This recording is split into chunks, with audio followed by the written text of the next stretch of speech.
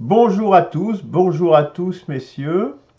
Bienvenue dans cette nouvelle édition du Cercle du Renouvellement Spirituel. Aujourd'hui, c'est moi qui vais vous faire une présentation qui est un petit peu dans la suite de ce que nous avons discuté récemment autour du mal. Donc, pas vraiment une série, mais disons que j'avais parlé du mal dans le Tao spirituel et de son irréductibilité. Et puis Claude nous avait parlé de sa vision du mal dans la révélation d'Arès. Et donc du coup, bah, c'est un petit peu toujours dans cette, dans ce fil-là, sauf que là, c'est un prolongement, puisque le thème d'aujourd'hui, c'est l'acceptation. Alors, l'acceptation, donc le mal tel qu'il est aujourd'hui est devenu impensable. Je vous renvoie à une émission sur Impécisseur des mercredis de l'espoir du 19 octobre 2022 où je traite de cette question-là. Pourtant, il y a une définition, et c'est la définition, je dirais, que je propose du mal, hein, qui n'est pas une définition morale, mais qui est pourtant récurrente et qui donc revient régulièrement, qui serait que le mal serait tout ce qui nuit au déploiement de l'énergie vitale. Dès lors, c'est presque consubstantiel à l'énergie vitale, puisqu'il y a des choses qui font forcément contrecarrer cette tendance. L'entropie, pour parler un petit peu scientifiquement, je dirais. Donc, il devient presque impossible, je dirais, de nier l'inéluctabilité du mal, parce que quelque part, ça serait nier notre condition humaine, vivante. Donc, bah, il y a aussi des choses qui contrarient ce déploiement du vivant. Et donc, nier cela, nier notre condition, ce que nous sommes, hein, dans notre place dans le cosmos, ne peut conduire quelque part qu'à l'annihilation. Je m'explique, ça peut paraître extrêmement énorme, mais forcément quand on se trompe, quand on est en dehors de la réalité, ça pose fatalement un problème. Et c'est notamment le cas des transhumanismes, hein, qui nient le mal, et avec notamment la fin de la mort. Hein, c'est ce qu'il propose, et donc la fin de la mort avec une vie éternelle artificielle, tant dans des serveurs que par des artifices, des béquilles techniques. Donc voilà, je dirais, pour reposer cette question du mal, parce que l'acceptation et le mal, forcément, ça se télescope quelque peu. Accepter au fond la réalité matérielle, j'insiste sur le mot matériel, hein, dans ce cercle du renouvellement spirituel, la réalité matérielle telle qu'elle est, parce que c'est ce qui existe, cela existe, c'est existant, cela c'est quelque chose de palpable, par définition, hein. Je vous renvoie également aux émissions notamment de Christophe, et puis celle sur Charles Sandler-Peirce, justement sur tout ce qui est percepte, tout ce que nous touchons, tout ce que nous percevons, c'est la réalité. Et ça, c'est quelque chose qui nous c'est notre condition, ça fait partie de notre condition. Et donc, c'est une invitation, cette acceptation de la réalité matérielle, telle qu'elle est. Ça veut dire aussi ne plus se raconter d'histoires surnaturelles ou autres fictions, ce que l'on rencontre quand même fréquemment dans les courants spiritualistes, hein, c'est surnaturel, les fictions, les apparitions, une apocalypse censée être bénéfique, des hommes qui seraient des dieux, bon, petite pierre dans le jardin de Claude,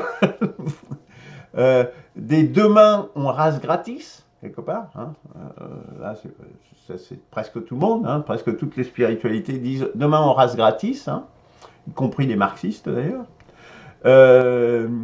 Et puis, on nous fait croire parfois également, à la possibilité marxiste également, à une possibilité d'un monde, mais pas que eux, hein, évidemment, d'un monde complètement dépourvu de mal.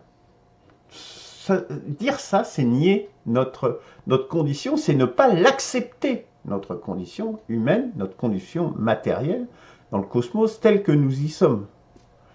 Donc, ça c'est vraiment, c'est pour ça que c'est fondateur et que c'est le lien qu'il y a avec le mal. Refuser le mal, c'est refuser notre condition. C'est la situation actuelle où le mal a été éjecté, évacué complètement, puisqu'on a tué, avant de tuer Dieu, on a tué le diable et on a tué le mal. Hein.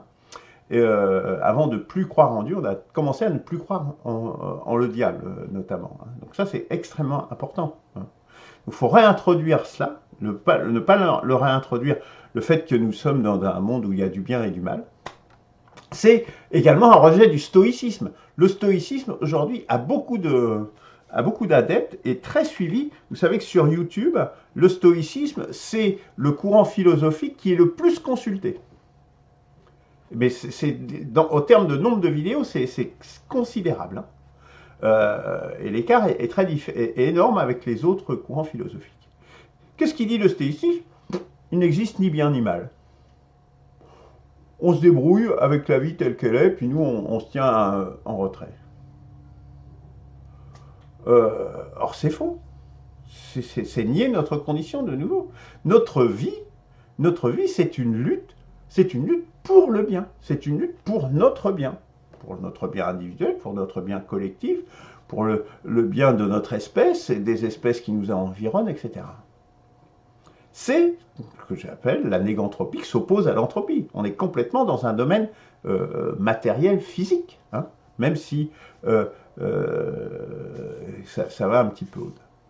Et quelque part, c'est également, ce sera la deuxième un deuxième point de cet exposé, c'est aussi une invitation à la modestie. Parce que l'acceptation, c'est justement la modestie d'accepter notre condition négantropique, notre condition d'être vivant dans un cosmos tel qu'il est. Notre modestie à se nourrir de notre expérience et de l'expérience du passé.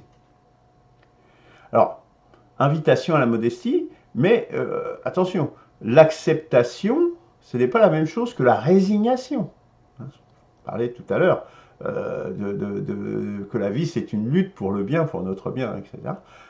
Il n'y a pas de résignation. On n'est pas des moutons qui allons à l'abattoir. Au contraire. Hein. Mais ça veut dire, l'acceptation, ça veut dire tout accueillir. Tout accueillir. Il y a une différence, que je dirais, subtile entre l'acceptation et la résignation, mais elle est tout à fait essentielle. Alors, l'acceptation, ça veut dire ni l'agitation, c'est-à-dire d'agir sans cesse d'une part, évidemment, ce ne serait pas l'acceptation, puisqu'on essaierait de contrecarrer, d'aller au contraire, je dirais, de notre destin. Et puis, la résignation, ça serait au contraire, bon, je laisse tomber, et puis je ne fais absolument rien. Vous voyez, ce sont les deux pôles, les deux extrémités du spectre. L'acceptation, justement, ça se situe bien au centre de ces deux choses. Donc c'est une invitation. Qu'est-ce que c'est l'acceptation? C'est une invitation à réfléchir avant d'agir, à peser, à anticiper toutes les conséquences des actes. Je vous renvoie notamment à l'anecdote que je vous avais lue sur le mal et dans le Tao spirituel de Maître Chuang et de l'histoire du fils du paysan qui s'est cassé une jambe, etc. Bien réfléchir avant d'agir et anticiper et essayer d'anticiper les conséquences des actes, mais sachant qu'on ne peut pas non plus tout prévoir. Donc c'est une invitation de nouveau à la modestie, à l'acceptation de notre condition. Sachant donc que ne rien faire, et ça c'est un principe d'ingénierie même, hein, lorsque c'est possible, ne rien faire est toujours la meilleure option. Y compris dans le domaine, pour ça je parle de l'ingénierie, dans le logiciel, dans l'industrie, dans ces genres de choses. Si vous pouvez vous arranger avec les éléments que vous avez sans changer quelque chose, bah, c'est toujours le mieux que vous puissiez faire. Ce sera ce qui sera le moins coûteux, et puis c'est ce qui sera le plus acceptable, puisque vous continuerez à travailler dans le fil courant. Donc on trouve même cela dans des domaines très éloignés de la spiritualité.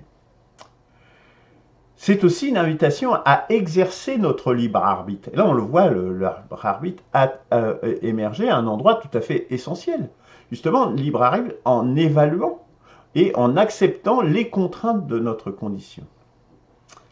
J'ai donné 2 exemples. Le premier exemple, c'est le démariage des carottes. Alors, pour ceux qui ne sachent pas, démarier les carottes, c'est vous planter beaucoup de graines de carottes, mais il y en a beaucoup trop qui poussent, et donc pour qu'elles soient grosses et belles, il faut en enlever, je veux dire, les 3/4 pour ne laisser qu'un pied tous les 5 cm, par exemple. Sinon, vous n'avez rien dans votre récolte.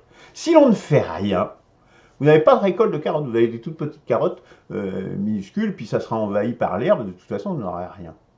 Donc ici, le travail est nécessaire. Donc, l'acceptation, ça ne veut pas dire ne rien faire. Ça veut dire agir, mais agir à bon escient. Hein. Ni trop, ni trop peu. A contrario, je dirais, il y a la suraction, et là, c'est l'exemple d'Alexandre, Alexandre le Grand. Vous savez, celui qui a tranché le nœud gordien. Et tout le monde s'ébaudit du fait que cet homme qui était dans l'action permanente, qui a conquis un très grand empire, un des plus grands empires, sinon le plus grand empire dans l'Antiquité, à sa mort, il n'est rien resté de son empire. Alors il n'a pas défait, il a tranché le nœud gordien, il a fait le plus grand empire, et puis à la fin de son règne, tout s'est évanoui. Voilà les limites de l'action, justement. Donc, tout ça, ça pose la question de comment être au monde. Comment être au monde, en fait, c'est le sujet de la philosophie. Qu'est-ce que c'est que la philosophie et la spiritualité aussi, d'une façon un petit peu différente, c'est comment être au monde. Ça vise à répondre à cette question. Comment devons-nous vivre? Comment devons-nous être au monde? Ça, je pense que ça sera certainement le sujet pour une autre émission. Alors, on est parti du mal, on y revient, parce que dans l'acceptation, bien évidemment, la souffrance, le mal, forcément, c'est l'acceptation aussi du mal et de la souffrance, que j'ai pointé comme consubstantiel. Donc, accueillir et accepter la souffrance, oui, certes, mais sans doute à certaines conditions, pour que, dans l'espérance d'un plus grand bien, par sacrifice, on se sacrifie pour dire, bah oui, mais du coup, on se projette dans l'avenir et un plus grand bien ou un bien finira par advenir de ce sacrifice. Alors évidemment, mais le rejet, malgré tout, de cette souffrance, si elle est destructrice et que le mal est si grand qu'il est destructeur, bien évidemment. Ça ne veut pas dire l'accepter. Voilà. La différence avec la résignation, de nous. Ça veut dire notamment que la révolte, par exemple, hein, le fait de se révolter, d'être révolutionnaire, de ce genre de choses, oui, on doit le faire, ça doit être un moteur parfois, parce que le mal qu'on nous fait est trop important. Parce qu'il y a des conditions qui sont inacceptables, et dans ce cas, nous devons agir. C'est un devoir même d'agir dans ces situations. C'est même... on a perdu Claude. Attendez, je le réappelle. Voilà, parce que sinon, il ne va pas nous entendre.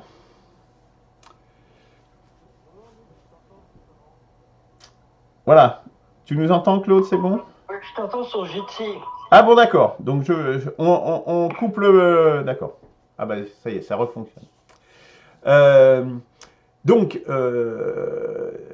Donc c'est une force qui nous pousse, donc irrésistiblement, à résister à l'oppression. Hein. Ça fait partie de la Déclaration des droits de l'homme et du citoyen de 1793, notamment. La mort, autre aspect de la souffrance, je dirais, qui est un autre mal, même si c'est aussi un mal pour un bien, parce que c'est le fil des générations. On ne peut pas nier qu'il y a une angoisse face à la mort. Et plus on avance en âge, plus on s'en rend compte, et c'est quelque chose qui n'est pas facile à vivre. Hein. C'est aussi pour ça que la spiritualité vient à la rescousse. On l'appelle à la rescousse. Et donc, eh bien, je dirais, la façon aussi de se transcender, c'est d'apporter sa miette, de se transcender, d'être immortel, je dirais, d'apporter sa miette à l'édifice pérenne, à l'édifice transcendant. C'est ce que Maslow appelait la transcendance de soi, qu'il a ajouté à sa pyramide des besoins de l'être humain, plus tardivement à son énoncé initial. Acceptation donc, accepter notre condition, notre place dans le cosmos, donc à la fois active donc, mais tout en sachant qu'elle est dérisoire également, parce que notre place dans le cosmos, elle est microscopique. On s'en rend compte assez facilement en regardant le ciel étoilé. Et tout cela, toutes ces choses qui peuvent paraître contradictoires, moi que je rassemble dans ce terme d'acceptation, c'est tout le sens et la légitimité de la révolte de la mère devant la mort de son fils, par exemple. Ou c'est le cas d'Eberhard, notamment, de son changement de vie suite à un événement tragique de cette nature qu'il a vécu et qui a changé sa vie. Parce que justement, l'acceptation de cela, justement parce qu'on avait rompu le fil de la vie. Le fil de la vie, le fil des générations. Et quand on rompt ça, ça veut dire qu'il y a un problème et qu'il faut se changer et qu'il faut agir dans ces cas-là. Voilà, j'essaye de donner des exemples pour bien pointer que l'acceptation, c'est pas la résignation, c'est ni l'action, la suraction ou la sur-inaction, je dirais, mais c'est l'agir à bon escient avec une ligne de conduite que je vais vous donner un peu plus tard. De même, le présent seul, vivre le présent seul, ne vivre que l'instant. C'est le cas de certaines philosophies orientales. Vivez juste l'instant présent. Le passé est le passé, ne vous projetez pas dans l'avenir, ne faites pas de projet, vivez juste le présent. Mais ça n'a aucun sens. Ça n'a aucun sens. Ce n'est pas accepter notre condition, cela. Une femme enceinte, elle le sait bien, elle se projette dans un avenir long. Puisque elle a été enceinte, elle a fait un enfant, elle est enceinte, donc ça dure déjà un certain temps. Et puis cet enfant, il va falloir l'allaiter, il va falloir l'éduquer, l'instruire, le faire grandir pendant des années et des années et des années. On se projette bien dans l'avenir. Ça n'a aucun sens de vivre que l'instant présent. Ça veut pas dire qu'il ne faut pas vivre l'instant présent, mais ne vivre que l'instant présent, c'est un non-sens. Ce n'est pas accepter notre condition. C'est pas ça notre condition. Idem pour l'enfant. L'enfant, quand il naît, il se projette fatalement dans l'avenir. Obligatoirement. Alors, c'est carpe diem. Carpe diem, mais il faut bien comprendre, je dirais. Oui, il faut utiliser à bon escient le temps qui nous est imparti, de telle sorte que, même si on meurt demain, eh bien, on ne soit pas passé à côté de la vie. C'est ça, en définitive. Et donc, ça s'actualise chaque jour, mais ça passe, je dirais, certes par un lâcher-prise, par l'acceptation, mais également en se coulant dans sa destinée, en naviguant sur ce fleuve qu'est notre destinée, et donc en choisissant la trajectoire au fil de son cours. Vous voyez, ça c'est une image très importante que je vais reprendre peut-être un petit peu encore plus tard. En fait, nous devons nous couler dans le fleuve sur lequel nous naviguons, mais notre libre arbitre va s'exercer dans la trajectoire que nous allons suivre sur ce fleuve. Elle peut être tout à fait différente. Alors, vous allez me dire, d'accord, mais tout ça, il y a des paradoxes. On voit bien que ça peut paraître très paradoxal. Mais comment faire dans telle situation, etc. Difficile de s'orienter. Et donc, le seul guide que j'évoquais tout à l'heure, le seul guide qui résout tous les paradoxes, y compris ceux de l'utilitarisme, et qui aide de choisir, je dis, à choisir justement l'orientation au cas par cas, c'est, j'y reviens, la négantropie. C'est ce qui doit nous, nous guider. Est-ce que c'est ça qui promeut la vie? Est-ce que c'est ça qui promeut la vie, la nôtre, celle des générations futures, celle des gens qui nous entourent, etc. Et de notre environnement, etc. Donc, la négantropie, le terme, c'est à la fois extrêmement matériel, presque scientifique. Enfin, moi, j'affirme que c'est scientifique, même s'il y a des scientifiques c'est encore débattu aujourd'hui. Hein. C'est à la fois donc matériel et scientifique, mais c'est aussi quelque chose qui nous dépasse, quelque chose qui nous transcende, puisque c'est quelque chose, pour le vivant, c'est la loi même de l'évolution et de l'évolution des espèces et de notre évolution, de notre monde et même des sociétés. Donc ces circonstances qui sont variées, eh bien ça nécessite de la souplesse. Et c'est ce guide de la négantropie qui peut nous aider justement, qui est le bien. Quand Claude ou Eberhard parlent de ce qui doit nous guider, c'est l'amour, c'est le bien, c'est etc. Au fond, c'est quasiment des synonymes. Hein. Amour, c'est un petit peu différent, mais quasiment. Enfin, moi, je l'appelle, pour moi, c'est l'amour, j'appelle ça la médiation du bien. Moi, j'appelle ça comme ça. Pour moi, c'est quelque chose de relationnel, l'amour. Mais quelque part, on dit la même chose. On a ces mêmes objectifs. Et je pense que c'est vraiment quelque chose qu'il faut affirmer et réaffirmer. L'acceptation, donc c'est en fonction des circonstances. Parce que l'acceptation non circonstanciée, justement, c'est le fatalisme. On retombe dans les stoïcistes, etc. Or, le fleuve, dont je parlais tout à l'heure, sur lequel on navigue, il peut comporter des rapides, il peut comporter des chutes, mais il peut comporter également des marécages dans lesquels on va stagner, on va s'arrêter. Ne pas adapter sa conduite ou son embarcation, c'est encourir donc ces maux de précipiter dans une chute ou d'être envasé dans un marécage et englué dans un marécage.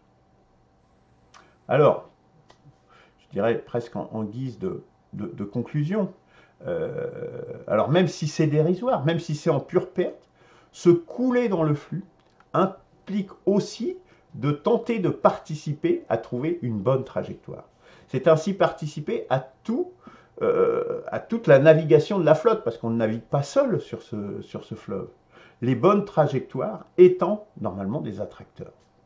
C'est un peu à la façon de dire, si ce n'est toi, ce sera un autre. Hein. Et quelque part, à l'image de la course des spermatozoïdes lorsqu'ils courent vers l'ovule.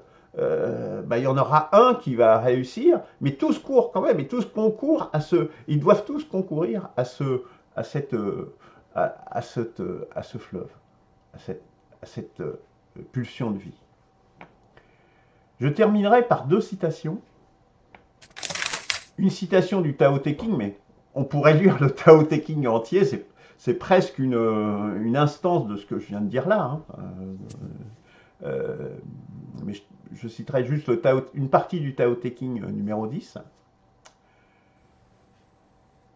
Donner naissance et nourrir. Avoir sans posséder. Agir sans rien attendre. Diriger sans tenter de contrôler. Ceci est la suprême vertu. Et puis, une citation du site jepense.org notamment sur la notion d'acceptation. Je mettrai les liens sur la page du site du Cercle du Renouvellement Spirituel consacré à cette émission, qui parle de l'espoir et de l'espérance. L'espoir est le fait d'attendre et désirer quelque chose de meilleur. Au contraire, l'espérance est une confiance pure et désintéressée en l'avenir. C'est parce que nous espérons que nous nous mettons en action et que nous pouvons retrouver le sens de la vie. L'espérance neutralise la crainte de l'échec. Elle est la source de l'acceptation. Merci messieurs de m'avoir écouté, j'étais un petit peu long peut-être. J'espère que je ne vous ai pas trop ennuyé avec Et il termine avec le mot d'acceptation. Hein? Il Oui. commence et il termine avec le mot d'acceptation. C'est pas C'était de bonheur, qui, c'est ça? c'était de qui la deuxième citation, Luc? Alors c'est sur le site jepense.org que je Ah, vous d'accord. recommande, il y a plein de choses dessus. Je mettrai le lien sur la page dédiée à cette émission sur le site du CDRS. Voilà, donc j'espère que ça vous a intéressé malgré tout ce sujet. Pour- Pourquoi malgré tout? Ah oui, je sais, j'étais un peu long, hein, je crains. Oh, ça va. Qui Par veut... rapport à Claude,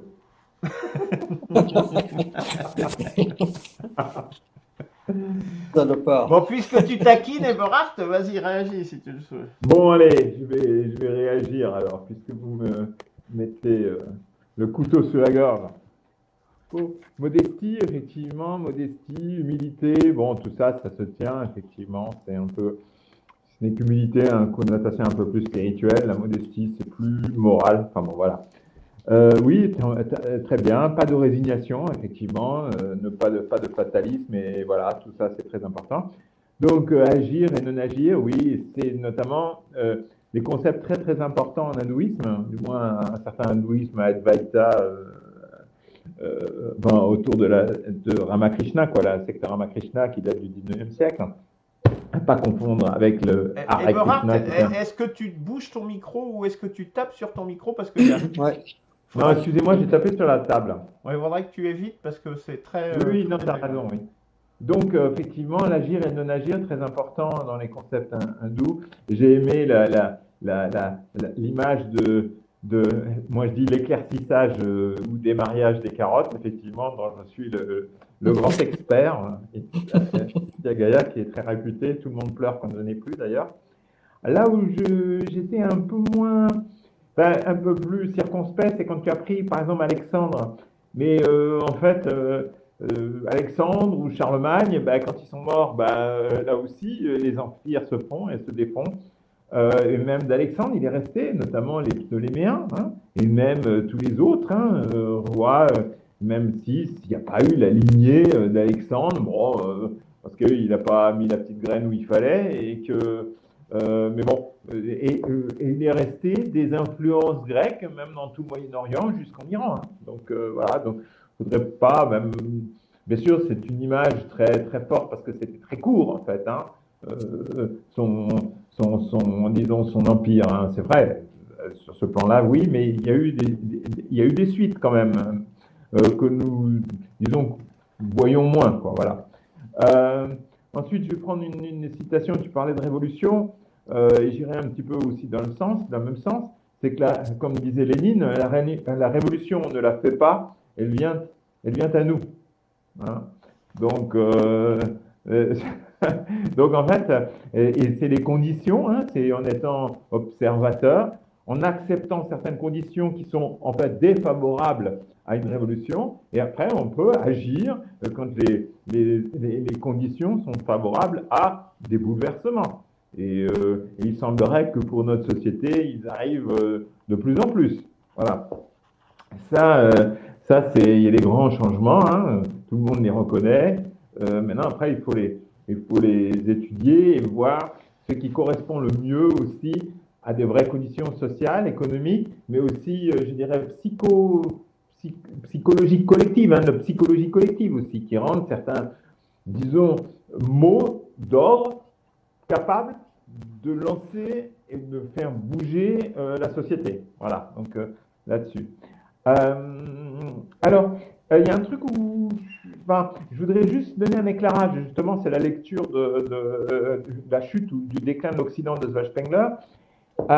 Je vois bien que toi, en tant qu'occidental, et parce que tu n'as pas lu aussi ce livre-là de Oswald Spengler, qu'en fait, nous sommes tous, dans tout l'Occident, et c'est dans un autre inconscient, disons, complet, c'est on se projette dans l'avenir. Et toi, tu dis que c'est quelque chose de normal. Mais c'est spécifique, et j'insiste, c'est spécifique à notre société du développement continu dont le judaïsme a jeté les graines, mais le christianisme a particulièrement développé cet esprit. Ça veut dire qu'il n'y a pas obligatoirement à se projeter dans l'avenir.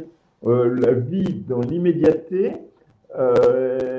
existe aussi, et certains peuvent la vivre plus que d'autres, mais dans une société industrielle médiatique, il est très difficile de sortir en fait pratiquement de ce train d'enfer qui vous entraîne justement toujours vers une projection dans l'avenir. Voilà, c'est là où je voudrais juste donner cet éclairage. Ensuite, tu parlais de négantropie.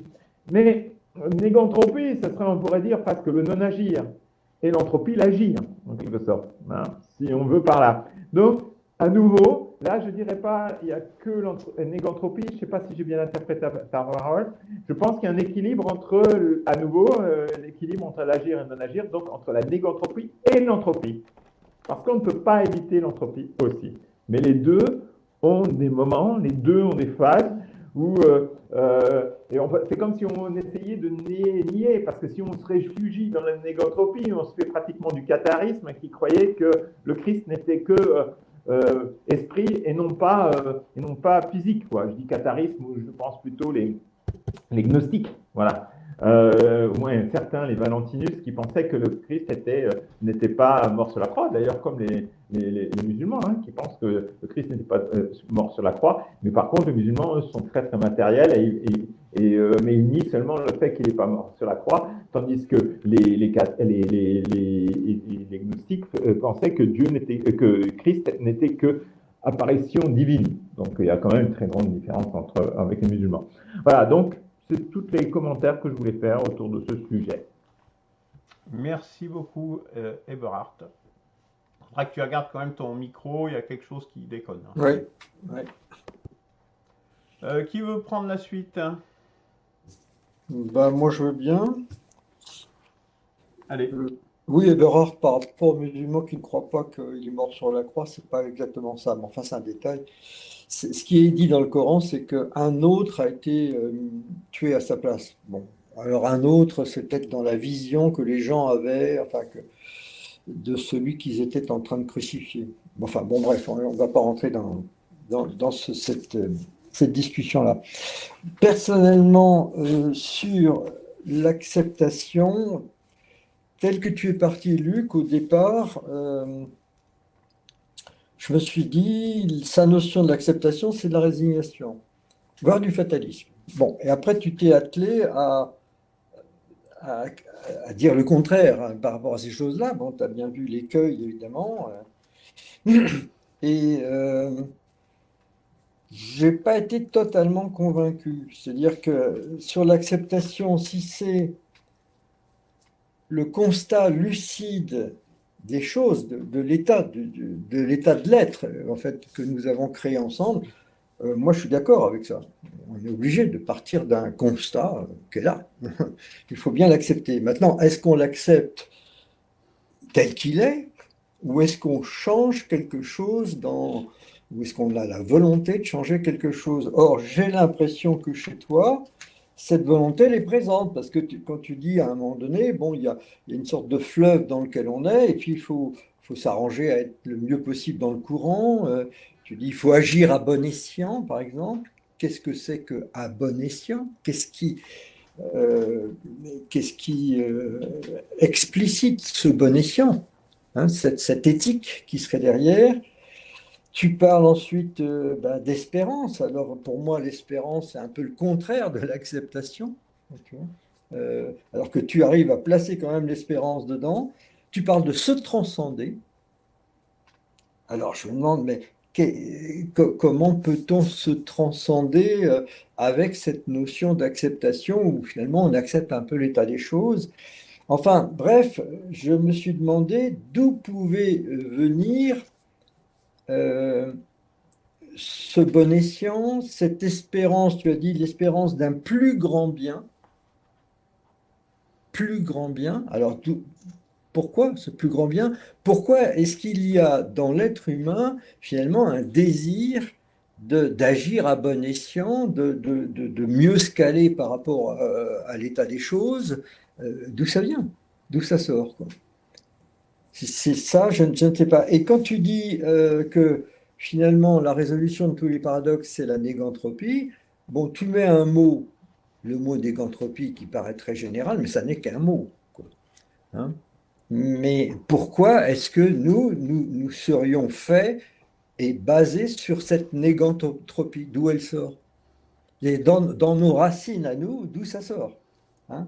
Tu parles aussi à un moment donné, tu dis quelque chose qui nous dépasse. Tu parles de quelque chose qui nous dépasse. Moi, je t'entends très bien quand tu parles de quelque chose qui nous dépasse. Mais qu'est-ce que c'est pour toi ce quelque chose? D'où ça sort, quoi? Vous voyez? Bon, sinon, j'ai bien aimé le fait que tu dises que l'amour, c'était la médiation du bien. J'aime beaucoup cette expression. Et c'est vrai qu'on se retrouve quand même dans nos discussions toujours un peu sur cette... Il y a une forme d'espérance qui est là, quoi, sous-jacente, et dans les différents discours qu'on peut avoir les uns et les autres. Et ça, c'est vraiment très appréciable.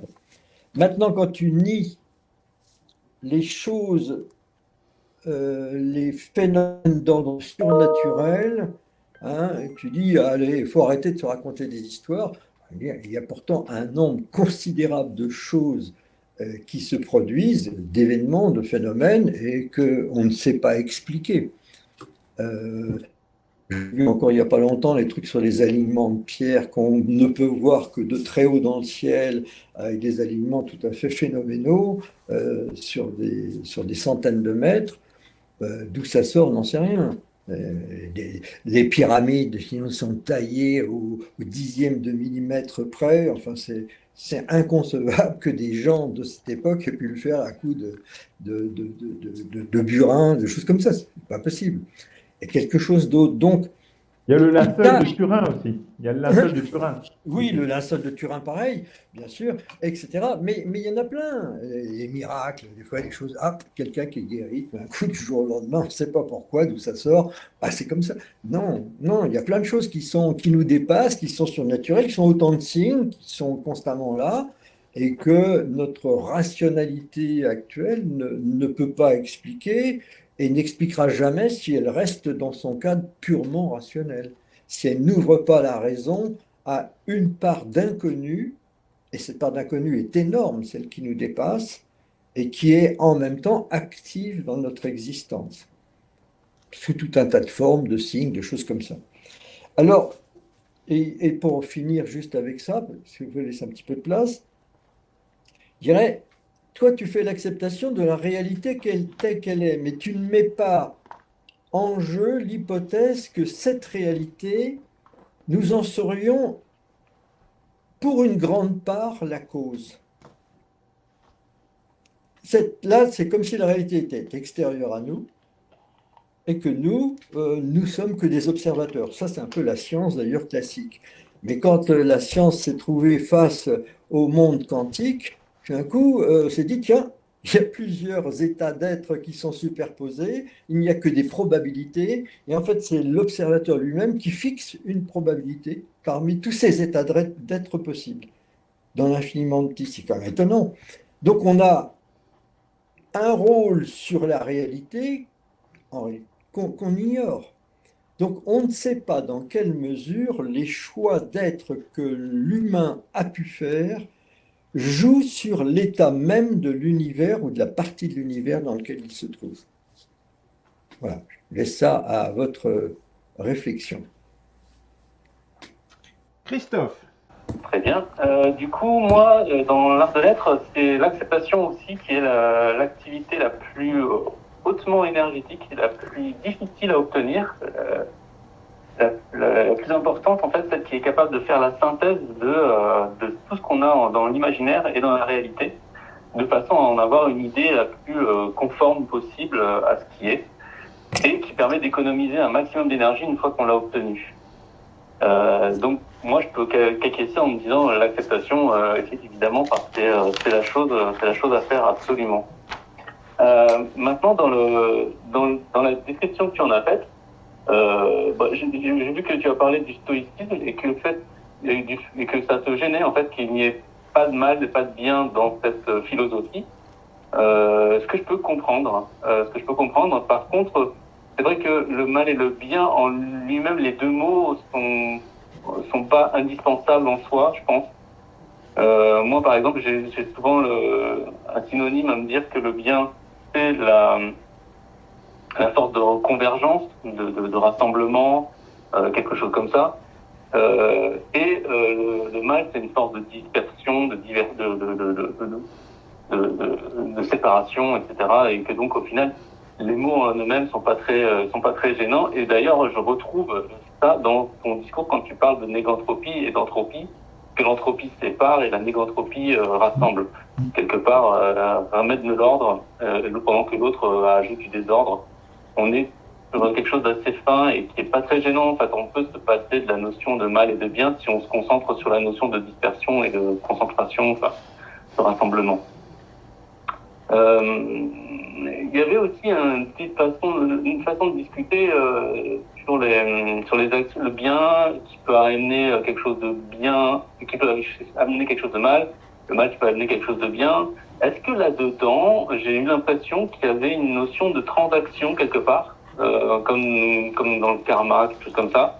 Est-ce que tu y mets quelque chose comme ça dedans ou pas du tout? C'est quelque chose que j'ai eu le sentiment d'avoir. Et oui, et puis nous accepter comme nous sommes et en faire une transcendance, ça me paraît incompatible. C'est comme si de dire qu'on se transcende en étant ce qu'on est, qui en soit pas impossible. Mais quelque part, on est des êtres d'artifice. Et être ce qu'on est, c'est pas transcendant. Enfin, il y a comme une incohérence là-dedans. Ça me travaille quoi dans l'idée. Et du coup, je me pose la question de savoir qu'est-ce que c'est que cette transcendance, puisque effectivement, enfin, on est capable de rassembler ce qui semble ne pas être la capacité de l'univers sans la vie, on va dire ça. Et la question que je me pose, du coup, c'est est-ce qu'on n'est pas non plus aussi des organismes anthropiques en soi, comme un peu Eberhard en a parlé, est-ce qu'on n'est pas obligé d'être un peu les deux, quoi, anthropique et néganthropique, ce qui revient quelque part au Tao dans les notions il n'y a pas de notion de bien et de mal, je pense pas, je n'ai pas le souvenir que ce soit ça. Mais il y a une notion de yin et de yang qui font que c'est sexué, enfin comment genré peut-être, je sais pas comment ça s'appellerait, mais il y a chaque chose à son contraire et le but n'est pas d'essayer d'en séparer un pour obtenir l'autre, puisque de l'un renaît l'autre et il y en a toujours un équilibre quoi qu'il arrive. Donc est-ce que dans notre rôle c'est d'être yin ou yang et de laisser l'autre à autre chose, à quelqu'un d'autre. Je ne sais pas si c'est ça la transcendance que tu imagines. Bon, voilà, j'ai fini. Merci. Bon, c'est très riche, hein, messieurs. Hein, ça va être difficile de répondre à tout ça, là. Surtout qu'Eberhard, il va en remettre une couche.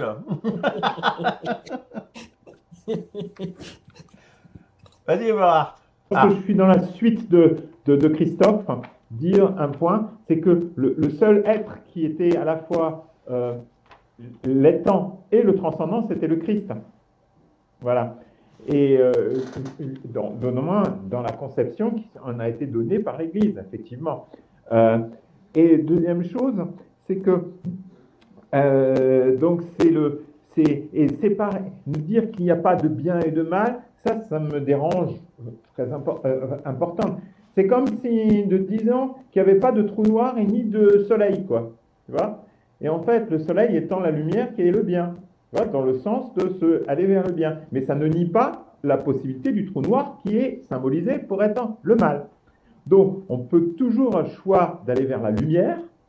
Ça, c'est notre libre arbitre d'aller vers la lumière et non pas vers le trou noir.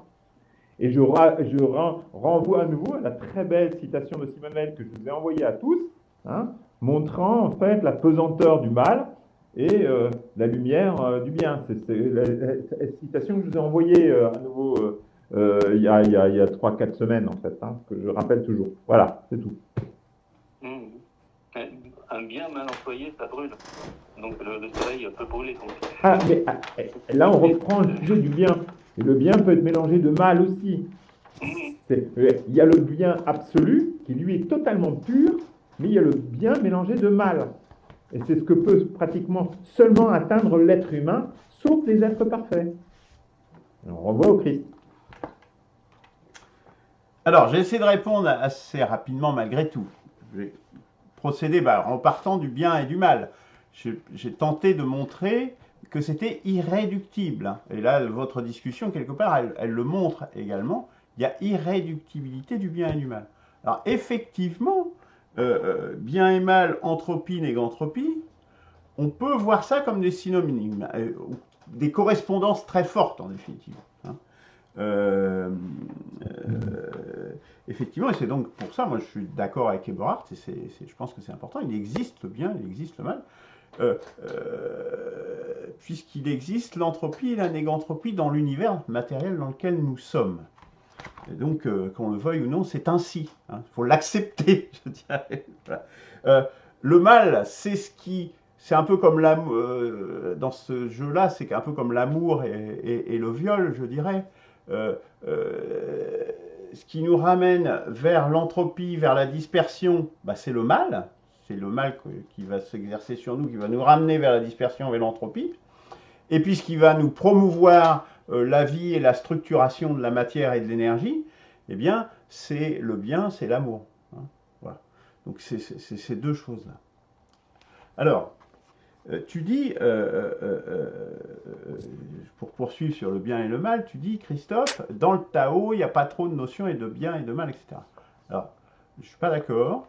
Dans le Tao, ça existe, notamment dans le Tao Te Ching, c'est plusieurs fois, il parle du bien et du mal, dans Maître Chuang, etc. Sauf que c'est effectivement, ils en parlent, mais sans vraiment le définir. On sent que c'est là, mais il n'y a jamais de définition vraiment. Au contraire du yin et du yang, notamment, où là on voit bien les complémentaires et ça. Et c'est bien pour ça que j'ai fondé cette histoire de Tao spirituel, justement. Pour bien préciser, même si toutes les briques sont là dans le Tao, mais pour bien préciser le bien et le mal. Et c'est ce fameux schéma dans lequel je te renvoie et qui a été présenté précédemment. Là, je vais le mettre en gros pour l'enregistrement, voilà. Donc, où on voit en définitive qu'il y a deux dualités. Du Tao, il y a une première division à la création de l'univers, avec d'un côté le vide, le néant, l'entropie, donc l'espace quelque part, l'espace et le temps, c'est-à-dire quelque part le théâtre dans lequel tout ça se déroule, et puis le Ki, le principe vital, la négantropie de l'autre. Et ça, c'est ce qui va faire ces deux tendances qui vont tendre, ça va être le bien et le mal. Et après, au sein de la négantropie, là, il y a des divisions entre complémentaires et opposés. Les hommes et les femmes, le ciel et la terre, etc., etc. Le blanc et le noir, le chef et le subordonné, etc. Mais là, le yin et le yang, il n'agit que dans le cadre de ce qui est vivant. Donc moi, c'est ça la proposition que je fais dans le Tao spirituel. C'est fondamental. C'est vraiment ça. C'est pour ça que le bien et le mal restent et ils correspondent effectivement à entropie et négantropie. Alors effectivement, le problème, c'est que bien et mal, c'est connoté moralement.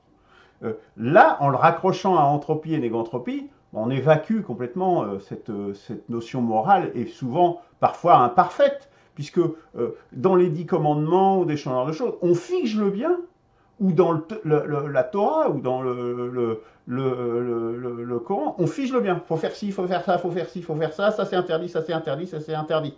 Voilà, le bien et le mal, c'est ça. Non, c'est justement l'acceptation du discours que là, c'est au contraire, c'est très dynamique, très fluide en définitive. Et c'est pour ça qu'on a besoin d'un guide pour. Non, Claude, Non, je ne crois pas qu'on pourra. juste sur ce point. Sur le voilà. Donc ça, voilà, moi c'est ce que je propose, hein. Après on en discute, hein, pour ça.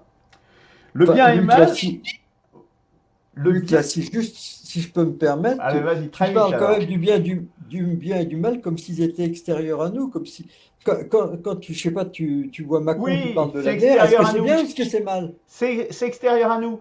Quand les dinosaures se font exterminer par une météorite, c'est un mal pour eux, c'est complètement extérieur à eux. Complètement. Et nous, on n'est pas producteurs de mal, On peut l'être, nous, en tant qu'êtres humains. on peut l'être, bien sûr. Ah, bah alors, On peut l'être, on a mais une ça peut être responsabilité. aussi. Je veux dire, ça fait partie du cosmos. Tu vois ce que je veux dire? Ça fait partie du cosmos. C'est-à-dire, de croire qu'on va pouvoir le réduire, je pense que là, on touche une divergence. Ça n'existe pas, c'est pas possible. Croire qu'on va devenir parfait, des milieux, etc. Non, ça n'arrivera jamais. C'est ça que je dis. C'est ça que je dis. Et c'est notre condition, et c'est cette condition qu'il faut accepter et vivre avec. Alors, tu poses une question à un moment donné, Christophe. Je suis toujours sur Christophe, j'espère que ça va pas être trop long. Tu dis, est-ce que le mal serait pas une transaction vers le bien? L'exemple des dinosaures que je viens de citer, que je l'avais déjà cité précédemment, effectivement, le mal des dinosaures, ça a été le bien pour nous, parce que les mammifères ont pu se développer, puis nous, on est là, parce que les dinosaures ont disparu, quasiment disparu, il n'y a plus que les oiseaux. Est-ce que c'est une transaction? Transaction, c'est que ça nécessite un échange entre un A et un B. Je n'ai pas l'impression qu'il y ait une transaction, mais bon, c'est une bonne question, ça serait peut-être à creuser. Et puis, Eberhard aussi, je pense que vous avez insisté aussi là-dessus, sur le fait que, et Claude également, que l'acceptation et la transcendance seraient incompatibles. Que c'est pas possible. Si on est ce qu'on est, on ne peut pas être à la fois transcendant. On ne peut pas être, maintenant. Moi, je dis, alors, en partie, peut-être que vous avez raison, mais je ne crois pas, parce qu'on se projette justement dans l'avenir au travers de la reproduction. Au travers de la reproduction individuelle, puisque l'on mange, et donc c'est ce qui va faire qu'on va se reproduire pendant un certain temps en nous-mêmes, mais toujours différent, puisque chaque jour on change. Hein. Et puis, par la reproduction interindividuelle, en ayant des enfants et en diffusant aussi à d'autres des enseignements, des choses comme ça, et en envoyant des messages. C'est aussi pour ça qu'il y a dans le Tao spirituel, il y a des propositions, justement, les épitaphes, notamment toutes ces choses, la fondation du registre, le registre, justement, pour que des messages puissent être transmis, justement, aux générations futures et peut-être même au-delà dans le cosmos. Donc, voilà. Alors après Eberhard, il n'y a pas grand-chose, j'étais assez d'accord. Sur les... Ah oui, s'il disait Eberhard, spécifique à l'Occident, le fait que nous projetions dans l'avenir. Alors peut-être, je ne suis pas certain quand même, parce que les empires, notamment la fondation des empires, toujours plus gros, je pense que ce n'est pas spécifique à l'Occident. Hein. Il y a les Incas, il y a les Chinois, les Indiens, il y en a beaucoup qui ont fait des empires, donc c'est quand même pour se projeter dans l'avenir. Sinon, on reste dans ce qu'on est. Puis il y a le néolithique, quand même, la révolution néolithique, elle n'est pas qu'en Occident, elle est partout. Bon. Donc je pense pas que ça soit... Alors, je ne dis pas qu'il n'y a pas une accélération, effectivement, avec la révolution industrielle, le christianisme, il y a eu des choses, oui, non, ça c'est incontestable. Mais voilà, c'est pas pour autant que c'est spécifique. Et on ne peut pas nier l'entropie, ben non, je ne nie pas, justement, puisque je dis qu'il y a le mal, ça fait l'entropie, justement, c'est ce qui, le mal, c'est ce qui nous ramène à l'entropie, justement. Donc, c'est pas, il n'y a aucune négation de ça, c'est même le point de départ hein, de l'exposé.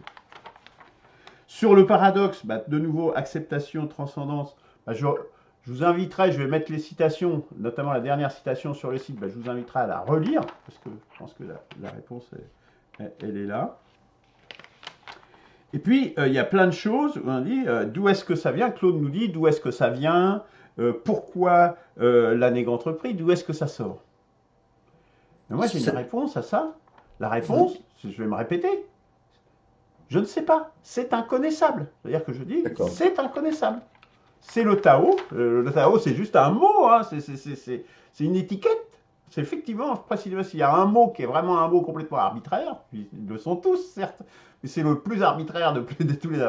qui n'est pas une explication universelle, c'est pas Dieu. Dieu, c'est l'explication universelle. On ne sait pas ça pourquoi.